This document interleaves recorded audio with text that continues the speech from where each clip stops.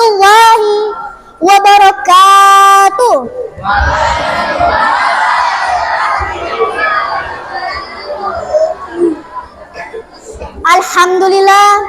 Alhamdulillahirabbil alamin.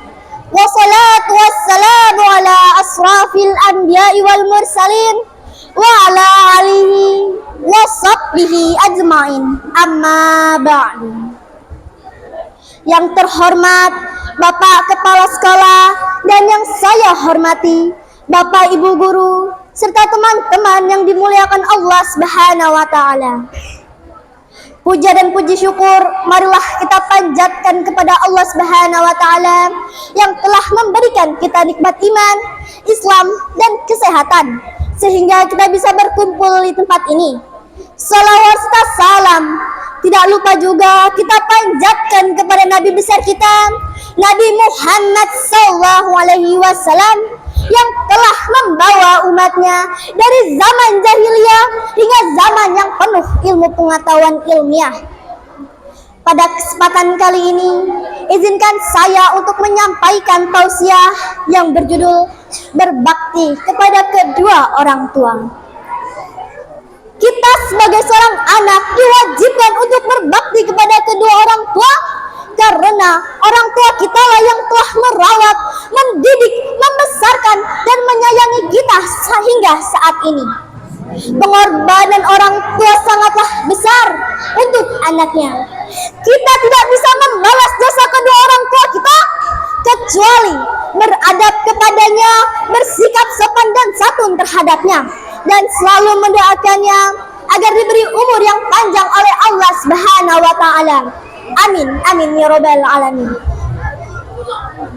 Maka dari itu, janganlah kita melawan orang tua kita, terutama kepada seorang ibu.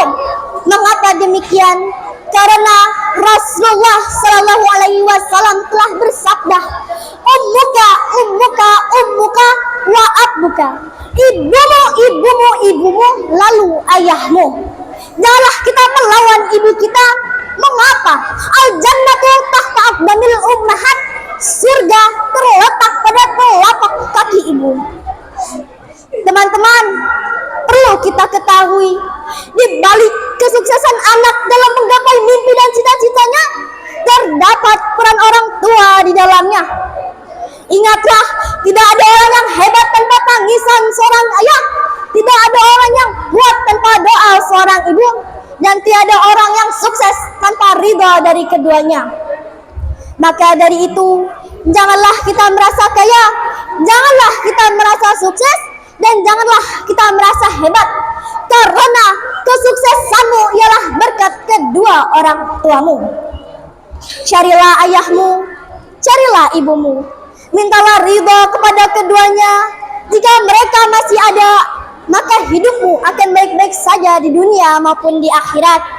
Amin, amin ya rabbal alamin. Ridallahi fi ridha walidain, wasaqatallahi fi suhti walidain. Ridha Allah ada pada ridha kedua orang tua, dan murka Allah ada pada murka kedua orang tua.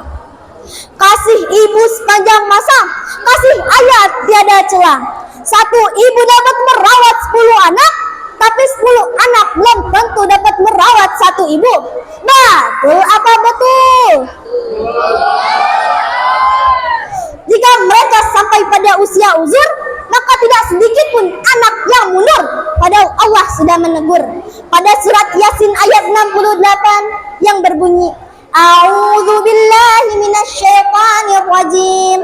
Bismillahirrahmanirrahim. Wa man nu'ammirhu nunakkishu fi khalqi afala ya'qilun. Barang siapa yang kami panjangkan umurnya, niscaya akan kami kembalikan dia kepada kejadiannya.